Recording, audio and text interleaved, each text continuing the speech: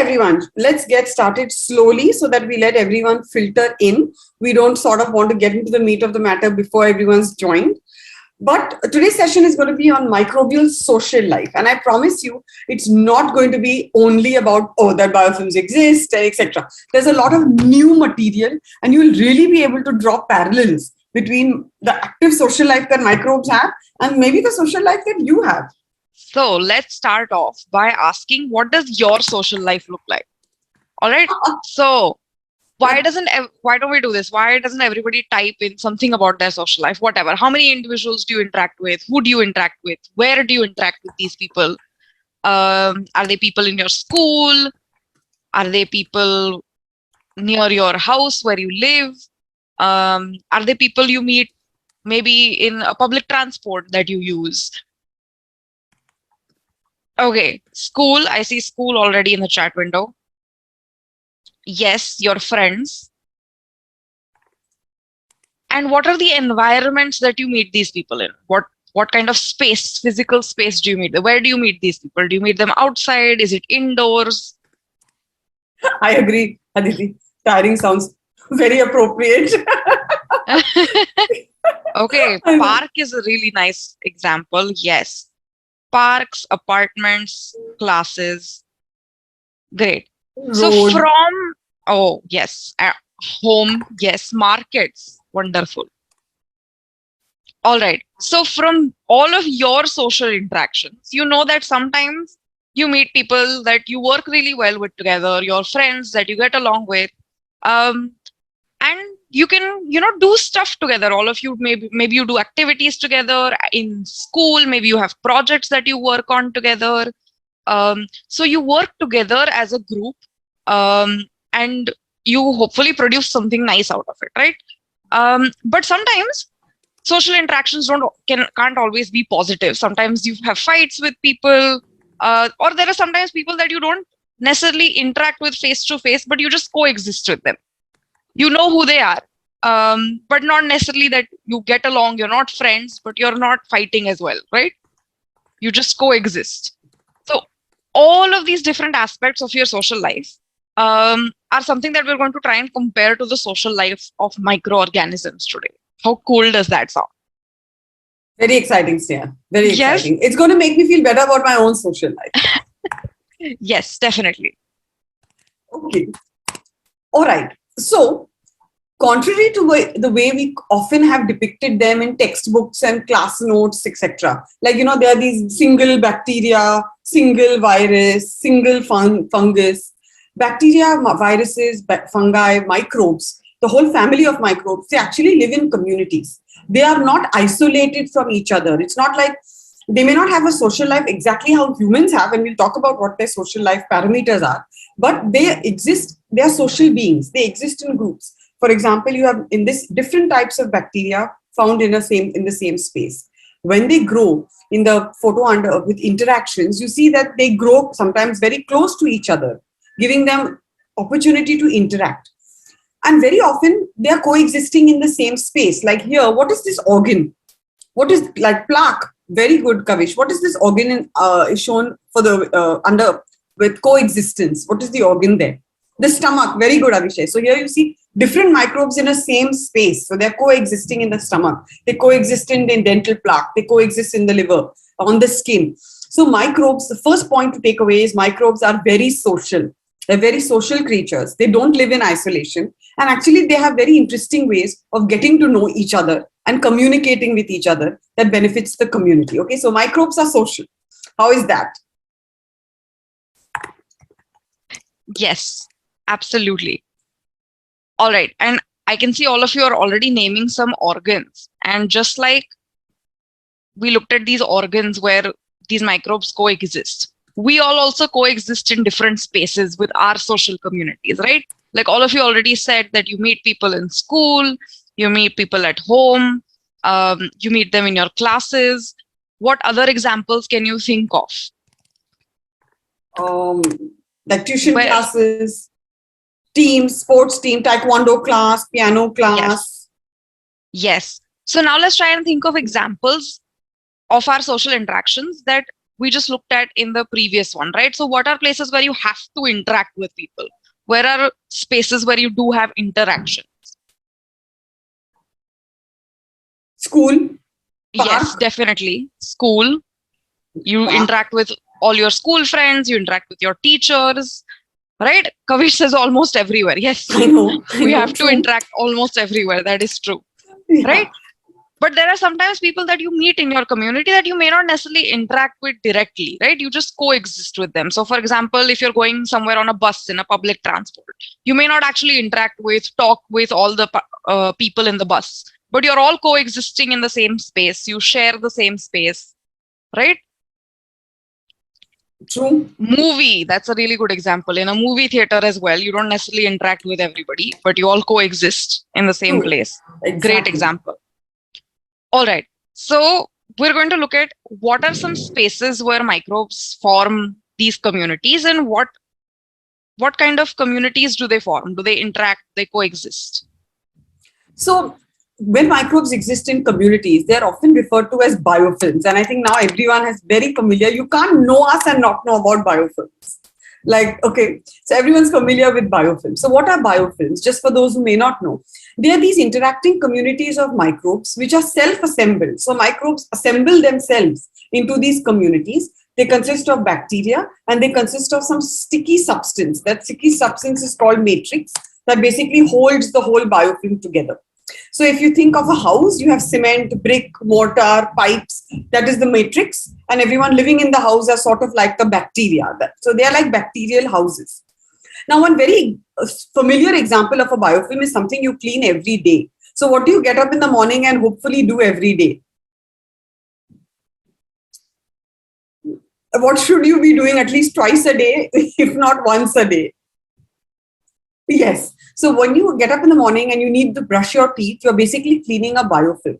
That yellowish plaque, that creamy yellow plaque that forms on your teeth overnight is because microbes have overgrown to form biofilm communities. And then we brush our teeth nicely and we kill the biofilm or destroy the biofilm, right? So think about it. Every day you clean a biofilm. So tomorrow or tonight, you will brush after dinner and before you sleep and say, hey, biofilm, get time to clean you, okay?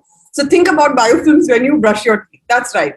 That's right, Avishai, Abhay, Kavish. So seen here are these biofilm communities which look like yellow plaque on your teeth. But when you see them under the microscope, there are thousands of different bacteria, different types of bacteria that we are cleaning and that they're all present in the biofilm.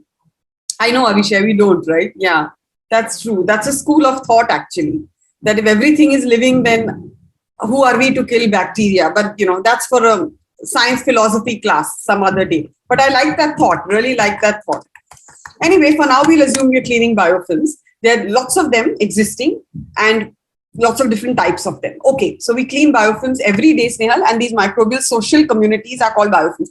They're sort of like, if you have to name a construction, like Pune has all these huge constructions, Sitara 101, Sitara 201, Sitara 301, like bigger and bigger and bigger communities. So biofilm would be like that huge community.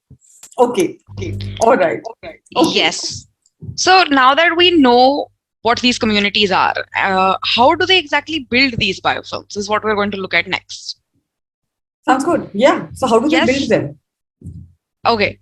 So the way they build them is they start with just some planktonic cells. So planktonic means just free floating ones that are not living in communities. So are we on the next slide, Sneha? Yes. Yeah. Okay. Yeah. Okay. So what happens then is that some of these free floating bacteria go and find a space, a physical substrate that they really like. So anything that they can attach, right? For example, in the case of the plaque, the substrate is our teeth, right? They like the surface of our teeth and they attach to that. And once they attach to that, they start producing this matrix. And they start multiplying and growing because usually these places that they try and attach to are also really good sources of nutrition. So they have nutrition around them and that's why they can grow faster. All right. So they grow and make these micro colonies. So there are tons of bacteria in these colonies. They're all producing this matrix. And this whole biofilm is then surrounded by this matrix.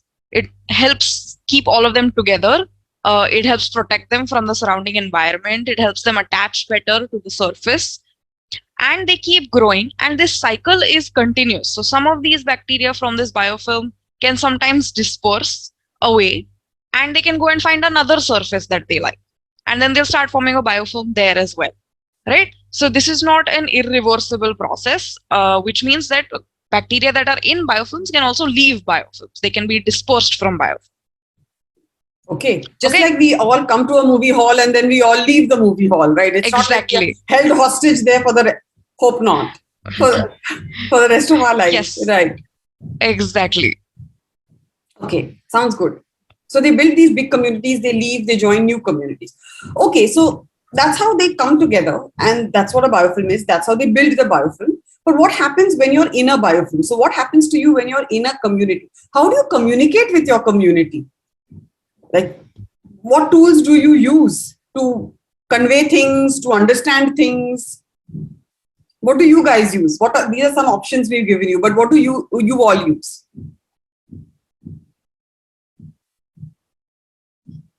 Yahoo says, okay, so yes, a lot of us use email. I think, yes, thank God. I hope there's still people talking to each other. That's so great to hear, Pranav. Phone, says Hridyanshi, great.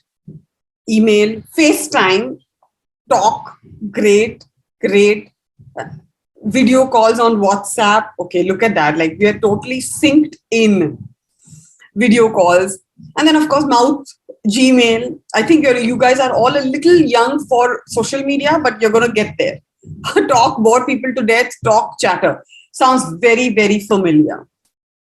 Okay, so we use different ways to communicate. Now, Snail, what we're going to tell them next is that bacteria also communicate, but not necessarily through means we are familiar with. But how do bacteria communicate in a biofilm? Exactly. So bacteria don't have access to all of these amazing apps and technology that we talked about, but they have their own way of communicating. And the way they communicate is through chemicals. So they secrete chemical molecules and they use these as signaling molecules, right, to communicate with each other. So one form of such communication is something called quorum sensing. All right. So everybody knows what the word sensing means. Yes. Yeah. Like to sense something, right? Yes, exactly. Yeah. To pick up something. Quorum basically means just a particular number of individuals, right? So it's a way that they use chemicals to communicate and understand how many individuals are there around them that are like them. So bacteria that are of the same species, right? So the way they do this is really, really nice. Each bacteria produces a small amount of this, whatever this chemical or signaling molecule is, right? This quorum sensing molecule. Now, when there are less number of bacteria, what do you think is going to be the number of the signaling molecule? All right. If everybody is producing a small amount of this signaling molecule, if there are less bacteria, is there going to be less signaling molecule or more signaling molecule? Less. Yes.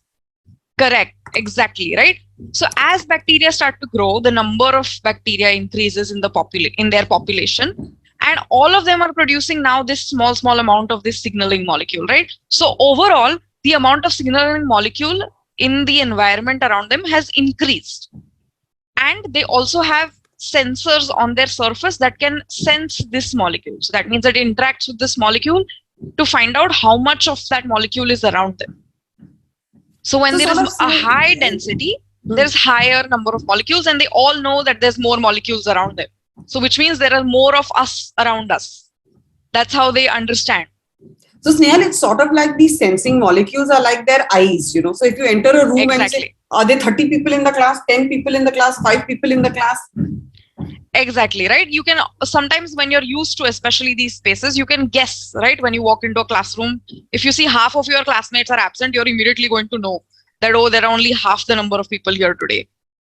So this is sort of their way of sensing how many people are, how many other bacteria of their species are around them, right? And then this signaling molecule plays a really, really important role, and it tells them to do many other things. It tells them that, oh, now there are enough of us, let's form a biofilm. Or it tells them, oh, there are enough of us, we can form spores if they're spore forming microbes, right? And they do lots and lots of functions based on this quorum sensing. So whenever they have to work as a community, they communicate via chemicals. So it's sort of like, Snehal, if I'm organizing a birthday party and I tell 10 kids, 10 young people, come to this place, then I will take you for laser tag. So first I get 10 and then I go for laser tag, right? Yes. So I get a minimum number and take them. I don't take 1 and come back and 2 and come back and 3 and come back. So I say, okay, Yes. we have a minimum number, 10. Now we go for laser tag. So we have a minimum number of bacteria. Now let's make a biofilm. Yes, It's like exactly. that. Okay. Smart, huh? Exactly. Smart. I don't Very know, we smart. learned from them or they learned from us. I'm pretty sure we learned from them. Exactly. I mean, they're doing so much without all this amazing technology that we have, right? Seriously. I mean, they're technocrats in themselves. Yes. Okay, all right. So they build a biofilm. Many different types of bacteria live in the biofilm. They communicate in the biofilm. What else are they doing? What So else? why is all of this important? Let's look at that next. Okay, so let's think about you all. So many of us live in bungalows or houses or whatever it may be, right? Oh, there is some community we are surrounded with. So what is the benefit of you living in that community? What do you think everyone benefits? Okay, we learned because they can't speak English. Okay, yes, they're dangerous and smart. Yes. So if you're living in a community like a building or a society, what are you benefiting from being in that community? What makes you want to be there? Let's think. So let's start with, like, we have a common water supply. Yeah, great point. Safety. Amazing point. Great. You have one gate, you have some people there, you have friends like playmates because everybody is living there. You can, so again, like you said, the municipal corporation gives you one water supply that the whole building can use. Every house will need to get their own. So right now you have one water supply, security company. What else? Maybe you have a gym that everybody uses in your society. Maybe a swimming pool that nobody uses, but it is still there in the society. Okay, all right. Yeah, so we get to socialize, etc. So there is some benefit, right? We conclude, Snehal, from being in this community. So what's the kind of benefit for bacteria? Why can't they live as single, isolated creatures? Great. Exactly. Oh, that's nice. That's nice. Canteen and clubhouse sounds good. Yes. Yes. Food is an important reason. Of course. So what is it that drives bacteria to want to live in a community? What's their benefit? Yes. So they also get really similar benefits, actually. So let's go to the next slide and we'll look at what are some of these benefits. So like all of you said, safety or security was one of the reasons you mentioned, right, of living in communities, a benefit for living in communities. So bacteria also get this safety or security by living in these communities because they're all, firstly, in a really dense community, they're in this matrix, and because they're all working together in this community, it can actually protect them from various harmful substances that are around them. So for bacteria, harmful substances can be things like antibiotics, it can be toxins, lots of things in the environment that can kill these bacteria, right? So living in communities has various benefits, and one of them is exactly what you mentioned, safety and security. The other thing is that it helps them to adhere strongly to surfaces. It helps them attach to surfaces better when they're in these large communities and stay on these surfaces despite maybe, other physical forces trying to remove them, right? So that's another benefit. And a really amazing other benefit is because this community is made up of different types of cells. Some of these cells, which are called persister cells, can actually become dormant in a community. So which means they won't be very active. They'll have a very low metabolism. But when later, maybe more individuals in the community have died because of the antibiotics that are being given or because of other harmful substances around, these persister cells can then become active and they can basically sort of revive the community again, right? Because they can grow and they can establish their own community. And now this new community will be cells that have maybe some specific way of fighting this antibiotic or being resistant. So all of these different reasons make it really beneficial for microbes to be in these communities because they get all of the same things that we get. They get security, they get access to nutrition, different facilities, they share resources, and we're going to look at all different examples of this as we go ahead. Okay, so starting with, yes, we'll talk about food also. Starting with protection from antibiotics. So we've also talked about in Doctor Scientist how we give antibiotics to treat bacterial infections. Sure, we do want to get rid of them, but bacteria know we want to get rid of them in their own way, right? They sense the antibiotic. The chemical antibiotic. So when they live in communities, it protects them from antibiotics. So let's see, this is all real science that has shown this. So here we have a green bacterium. Do you all see this lovely bright fluorescent green? So that's a bacterium Pseudomonas aeruginosa. And in this lab experiment, the scientists have grown them in tiny vessels, these red vessels, and they've looked at them under the microscope. So this is one way of studying microbial communities under a microscope in the lab. So when they made these little vessels of bacteria, we can go to the next slide. What did they see? They said, what if we had a community? Here they defined a community as two different microbes. So the green is Pseudomonas aeruginosa, and in the middle you have blue, which is another bacterium, Staphylococcus aureus. Usually we treat Staphylococcus aureus with this antibiotic penicillin, and everyone's heard of penicillin? Yes, first antibiotic to be discovered, Alexander Fleming. Oh God, we can keep talking about it, right? So usually we treat Staphylococcus aureus with penicillin. But many staph strains are susceptible to penicillin. So penicillin destroys them. But when you grow staph in a community that is surrounded, like a citadel, it is surrounded by Pseudomonas, staph don't get killed by penicillin because Pseudomonas destroys the penicillin. And the penicillin isn't able to reach the staph. So can you think of an analogy like you have few children in the middle of a circle, and then you have many children in the outskirts of the circle, and that protects the children who are right in the middle. Yes, so one bacterial species protects another bacterial species from an antibiotic. So can you see how this benefits? Living in a group actually has benefits, correct? So what would happen if it was staph alone? What would happen in the presence of penicillin if it was just Staphylococcus aureus? Just say two words, kill or live. Would they be killed or would they live? They would be killed because staph is highly treatable with penicillin, several strains of staph. But now I protect the staph with Pseudomonas, and Pseudomonas produces something that can destroy the penicillin. So will the staph live or be killed? Now they will live because the penicillin is destroyed and they can no longer reach the staph. Right, so staph benefits when it lives with Pseudomonas. That sounds really interesting, right? Yeah. Definitely, okay, yes. So that's an example of safety and security they get from harmful substances like antibiotics. Okay, so what's another example, Snehal, about how they can attach, how the biofilm can attach if it's in a group? Yes. So let's look at a really exciting example of this, right? Now all the time that we've been talking about biofilms, we've been mentioning bacteria a lot, right? But another example of microorganisms is fungi. And have all of you heard of fungi, fungus before? Yes? Yes, sure, yes. Yes. All right. So just like bacteria are part of biofilms and communities, fungi can also be part of these communities, right? So there are fungal communities.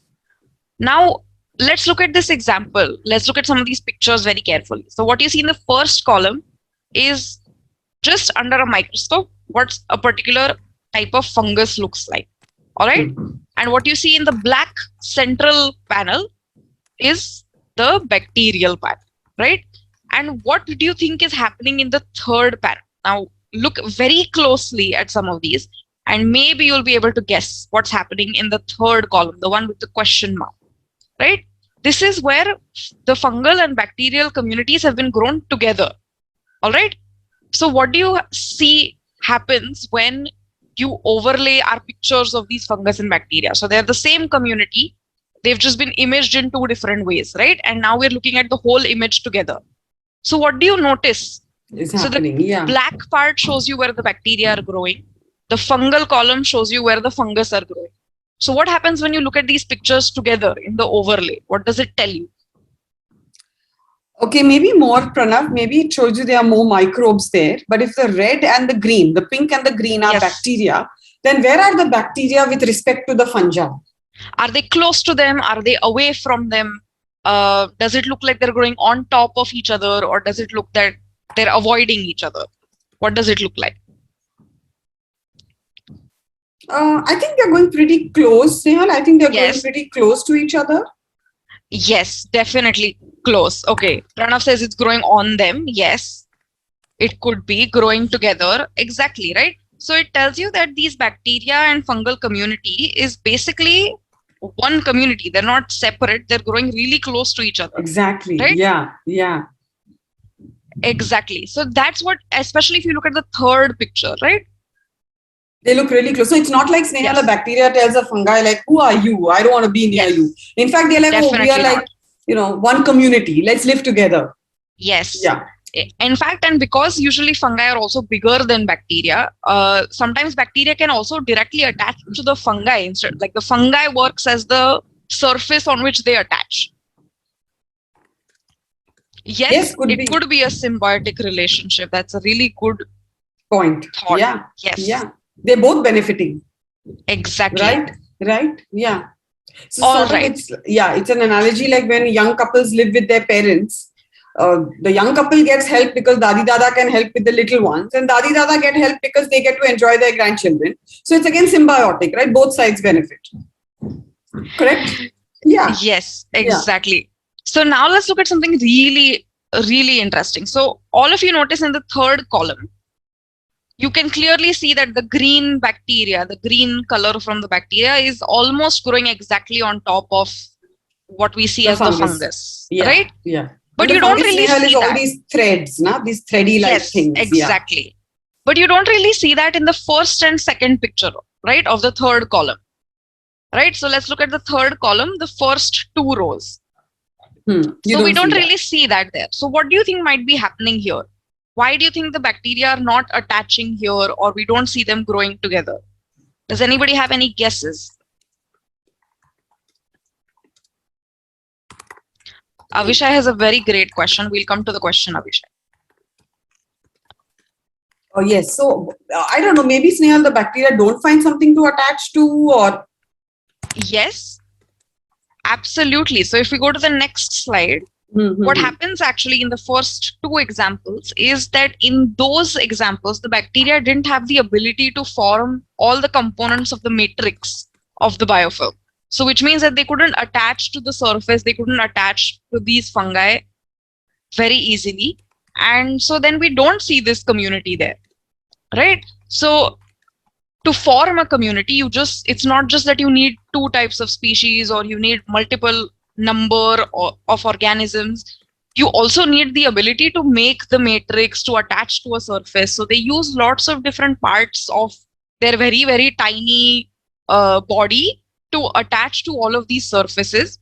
And being able to attach to a surface is a very important part to form a biofilm. So if you don't attach to a surface, if you're not attached to a surface, you're not a biofilm. Wow, that's interesting, Snehal. So they could attach to the fungi. That was beneficial to the bacteria, but they had to make that sticky substance to attach. Exactly. Like without that sticky substance, you couldn't attach. Yes. Right. Okay. That's really interesting. That's really interesting. So we can understand how these communities exist in nature, especially in soil. You will find bacteria and fungi very commonly found together in soil. Yes. For example. So, second benefit is also covered, that they have a surface to attach and grow, but they need to make something for that. Yes, exactly. All right. So next, let's look at some of the third benefit that we talked about, which is the persister cells. All right. So, do you want to go ahead? Yes. So so when you say persisters, it literally means the English word to persist, to resist, to tolerate, to survive.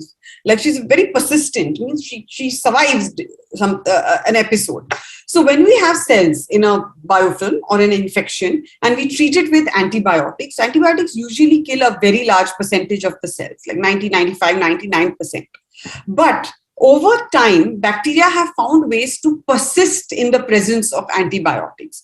And they do that by making these persister populations. So which means that of all the blue bacteria in this image, some become persisters, and those are shown in red. So they survive even after antibiotic treatment. So we take the antibiotic, we get better. A few cells have survived as persisters, and they later grow and reinfect the particular organ or site of the infection. Now, why do you think this is a problem to us? Why are persister bacteria a challenge to humans when we are trying to treat infections? Why do you think this could be a problem? Superbugs, because they will survive even in the presence of antibiotic. We may need to treat the infection longer to get rid of the persisters. People may fall sick again. Antibiotics will not have effect on the persisters. It can make people weak. Persisters can cause those infections. And so bacteria have sort of figured this out. They're like, all right, someone's giving me antibiotics. This is a bad situation. Let's do this. Some of us die. Some of us will hang on.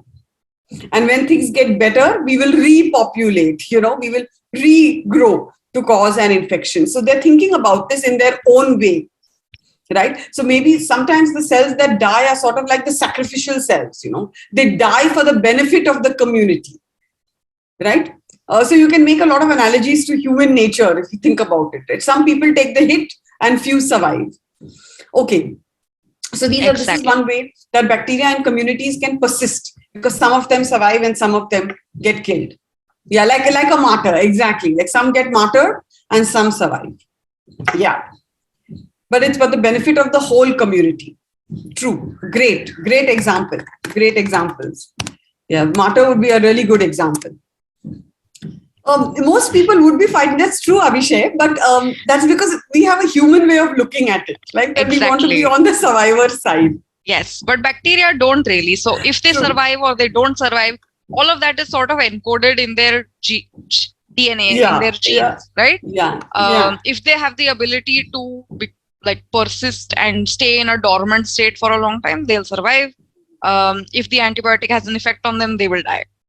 Yeah, sort of. True. Right? True. Because bacteria don't think in the way we think, right? Their way of thinking is different. Yeah, sort of. Exactly. It's also like example, some people join the army and say that in the case of a crisis, we will be on the front.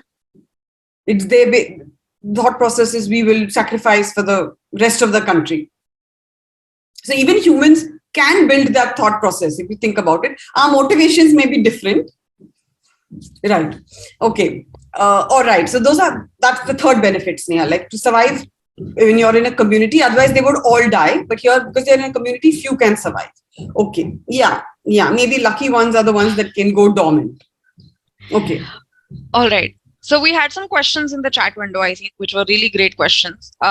So one of the questions was, can there be some types of bacteria that don't like to grow together or don't like to be in communities? And the answer is definitely yes. There can be bacteria that actually have harmful effects on each other. So then they wouldn't be happy in a community, right? And there are tons of examples of such bacteria as well. So not all communities of bacteria are going to have all types of bacteria, right? They're only the ones that can survive together, that won't be harmful to each other, or that can provide some benefit to each other will likely survive in those communities. All right. So what happens in the case of these persister cells and populations that have these persister cells when we add antibiotics? All right. So let's consider a cell, a community that has some cells that are susceptible to antibiotics and some that are resistant to antibiotics, right? What do you think will happen when you add antibiotics or when you treat this population with antibiotics? What is going to happen to all the cells that are susceptible to the antibiotic? Will they live or will they die? So they're susceptible, you said, to antibiotic. Yes. So does that mean that they will live or they will die? Yes. They will die. Okay. Right. But what's going to happen to the ones that are resistant or that are tolerant to the antibiotic? That persist.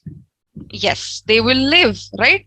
So after you finished treating this person, whoever has this infection, with antibiotics, you started off with a population that had some cells that were susceptible, some that were resistant. But now the antibiotic has killed off all the susceptible cells. And now you're left with an infection that is just made up of really resistant bacteria, right?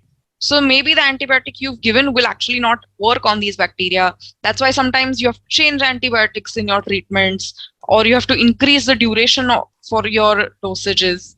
Or Great if you questions, if you stop your dosage in between, it can actually cause then these tolerant or resistant bacteria to grow and again overpopulate this infection, right? So then your infection is going to be even more harmful. Okay. So they can repopulate and cause infection again. And they're usually very difficult to treat with antibiotics, these persister populations. Yeah. So lots of questions to think of, Snehal, here. Do the same persisters become persisters in the new infection? Do they become martyrs and other cells become persisters? How long can persisters persist? Lots of very scientific kind of questions that will help us build treatment for persister cells. And that's why people persist when it comes to asking these questions. Okay. All right. Okay. All right. Let's see. We have a few more questions. So Kavish had a question on are there bacteria that don't have an antibiotic against them yet? So I don't think there are bacteria that have zero antibiotics against them, but there are bacteria that are considered extremely resistant. So which means we only have maybe just 2 or 3 antibiotics that might work on them, right? So we have to be really careful when we're treating infections with these really resistant bacteria, because we only have a few antibiotics that might work on them. And if those are given incorrectly, or if the person does not complete the dosage, or, if that treatment is not done in a complete and proper manner, it can cause the bacteria to become resistant to even these antibiotics that we have. Well, that's pretty challenging then. Okay. Yes, definitely. Okay. All right. So we can move on a little bit. Yeah. Yes. Okay. So, in addition, so we talked that there are benefits: gym, pool, facilities, friends, social life, whatever. There are benefits to live in a community. But if you think about it, what are the trade-offs to live in a community? Is it all hunky-dory? Is it all great? There must be some compromise, some pros and cons to living in a community. What do you think there is? What are the challenges to living in a community? What compromise do you have to make? Great noise. Somebody's always renovating. At least in my society, somebody's renovation is always going on 365 days a year. Okay, so noise. Then there may be some people you like, some people you don't like. Let's accept that. Right? Yes. Then what else? Some people, when you live in a community, a larger community, there may be fights. You may be exposed to cheating, theft. Somebody may take away a light bulb. Somebody may steal the watchman's danda. Like, I'm just coming up with some very exciting examples that Indian societies have to deal with. Like, we have very exciting lives, guys. One thing I've concluded: living in India is always exciting. Yeah. So silly fights, some theft, something. So trusting people, phone number de diya, address de diya, you're worried about it. No privacy. So there's a trade-off. We are compromising because in return we say, okay, there may be safety, security, friends, playmates, common gym, common pool. Because every person can't make their own gym and own pool. Okay. So what is this trade-off like in the bacterial world? What are their compromises? That's exciting to think of, right? Exactly. And they're pretty similar to our compromises, actually, if you look at it. So let's quickly go to the next slide. So they also have to share resources.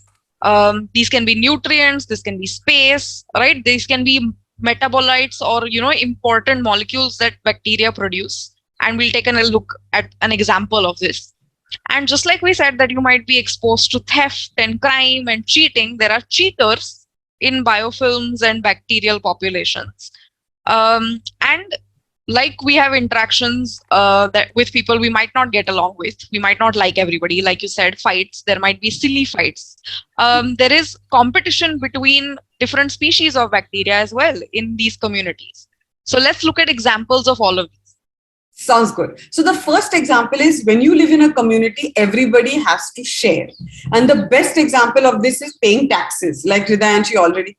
Wow, guys, at your age, you're already paying taxes? This is interesting. Or you know about taxes? Okay. So if you want roads, if you want street lights, right, you have to all make some contribution, and we usually do it in the form of money. So when bacteria live in a community, this contribution that we make is a public good. We put money saying you put lights for the whole street. Now, everybody in the street will use the light. Everybody in the street will contribute to the light. So bacteria also have these things called public goods. Okay. An example is they make enzymes. So you see on a plate, on a petri dish, there are bacteria growing. This is all this, these small circular colonies. And what you see them doing is they're all making an enzyme. It's out of the cell. That's what's called extracellular, because this enzyme is secreted by every bacterium. But once it is secreted out of the cell, all the bacteria can use it. It's not that I can use only my enzyme and you can use only your enzyme. Everybody can use everybody's enzymes once it's secreted out of the cell. And here, these small colonies of Pseudomonas are producing an enzyme called protease, which, as the name suggests, breaks down proteins. And so all the bacteria in the community can use the protein. Do you see the analogy? When you buy a light bulb for your own house, only you use that bulb. But when you're buying a light bulb for the road, you're giving money, everybody will use that bulb. Right? You can't say only I will get the light from that bulb. So it's a community resource once you have put it out. So once they put the enzyme out into the biofilm, that enzyme breaks down proteins and all the bacteria can use that protein. And all the bacteria can use that enzyme, right?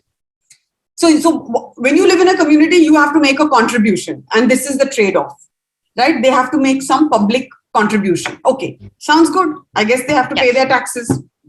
Okay. Exactly. Then, yes. But just like we said that we might be exposed to cheating, there can be cheaters in this biofilm population or in these communities as well, right? So obviously there are going to be some bacteria that are producing whatever this enzyme is, whatever this public goods is that is necessary for them and for the community, right?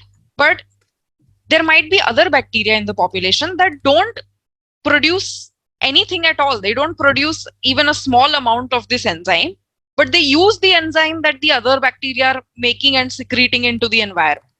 And this helps them grow, this helps them live in this community because they also get the benefit of this public goods or this enzyme without having to pay for it. So they don't pay anything to make this enzyme because they're not making it. They're just using the ones that others are making, right? So can you think of analogies in your life where something like this may have happened, right? Maybe all of you worked in group projects in schools and only one of you did all the efforts, but everybody got good marks. Correct. Yes, happens. Correct. Yes, happens. So 10 out of 10 everybody will get, but only 2 people would have made that project. Right? Yes, exactly. Right. So bacteria also do something similar. Copying homework is a very good example. Yes. Right. That's just the same thing that bacteria do, right? They are basically using something else that somebody else has made and taking benefits from that. So these are cheater populations. But what they do is any population can handle a few number of cheaters. Exactly. But if that population of cheaters grows, then it risks the whole community. For example, you have 100 flats in your society and 10 people don't pay the society fees. All right, 90 people pay, and so you will still have garbage collection and light bulbs and swimming pool will be cleaned. But if only 10 people pay, they can't make the cost for running the whole society. Exactly. And that's why even... So this cheater population in biofilms. Yes, right? That's why, exactly. Even in biofilms, it's only a small amount that can be these cheaters, right? Because if everybody decides, oh, I'm not going to make anything, I'll just use everything that the others are making. But there's no others who are making it. Exactly. So then it's going to harm the whole community or the whole population, right? Right. Then you're risking death. And for biofilms, it will be destruction of the biofilm. Right? Exactly. Okay, so we can move on. And you sort of see it here, right? What the cheaters do is they don't pay, but they use. They don't pay taxes, but they want India to have great airports. Well, then you need to pay taxes. So they don't pay, they use. What they use is what is made by others. And that will not benefit the whole community. So what happens is when you have a large cheater population in biofilms, the biofilms grow slower. They have reduced growth and they become more susceptible to antibiotics because the cheater population is growing. You have to keep the cheater population small so that that's what you can possibly tolerate without risking the whole community. Exactly. Okay, yes. Ananya is saying she made a joint project. I hope there were no cheater groups, but you tell us if there were. Okay. Yeah. Sounds good. Yes. So now let's look at the next aspect, which is a little bit of a trade-off when you work in communities as biofilms, which is competition, right? So like all of you said, we have to share resources when you live together. one of the things that bacteria have to share is nutrition and space. So let's go to the next slide and see what is a possible outcome of some of these competitions and interactions, right? So bacteria can compete for space, nutrients, and because there are so many different members in the community that might be of different species, some species might secrete toxins that are harmful to other bacteria, right? And there can be different ways of doing this. So one way is that they just send it out into the environment. They just secrete it out into the environment. And if there are any bacteria around them that are harmed by this toxin, they might die. Those members of the community will probably die. There are some bacteria that can also actually inject toxins into their neighboring cells. So they actually make physical contact with their neighboring cell and push a needle-like structure through their surface and inject toxins into them, right? So this again creates competition within the community. And if this competition is too much, or if there is one type of species that is taking up all the space and all the nutrients, it's very likely that it might outgrow everybody else, right? So all the other species in this community might die, and there'll only be one type of bacteria that is just growing and forming a whole biofilm. But it's not always necessary that if you secrete toxins, that means you're better or that you have an advantage over others in your community, right? So what do you think will happen if there is some bacteria that can make toxins, but they're surrounded by other bacteria that are completely resistant to this toxin? They don't care. The toxin doesn't affect them. So do you think it makes any sense for the toxin secretors to keep secreting toxin when their neighbors aren't affected by it? No, sort of like how we handle bullies. If you stop getting affected by it, they will stop bullying. You know? Oh, that's the plan at least. So it's not always necessary that if you make toxins that, you'll always have an advantage in a community. It also depends on who your neighbors are. And that's why these interspecies, inter-community interactions are really important in biofilms. So it's very complex, dynamic, very interesting, right? Just like us. You said it, Avishai, just like us. Complex, dynamic, interesting. Okay. All right. So with that brings us to the end of our session. And we just want to leave you with a question to think of. All right. Because now we've sort of shown you a little door into the world of how complex these microbial communities and interactions can be. We want you to think of what are some other aspects of a microbe's social life that you would want to explore. Okay, so you can think of questions, type them in if you think of something right now, but if you think of something even later, feel free to email us. Interesting. Some questions people are exploring are like, do bacteria sleep? Do they have an inbuilt rhythm, like circadian rhythm? Like sleep would not be like we sleep again, like tuck. But do they have an inbuilt clock? Great question, Ridyanshi. Could the cheater kill a persister? Great question. Great. Yeah, that's a nice one. Yeah, I mean, what are the other questions you can think of?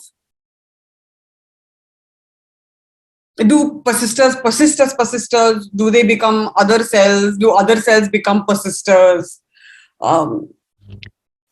Yes, that's another question. Yeah. Which bacteria like each other? Which bacteria benefit from each other? Which don't? Which will kill each other? Okay. Exactly. It's a never-ending field. There can be so many questions, so many types of interactions that you can explore. And all of them actually can have relevance in infections, in the environment. So these are all really important things to study.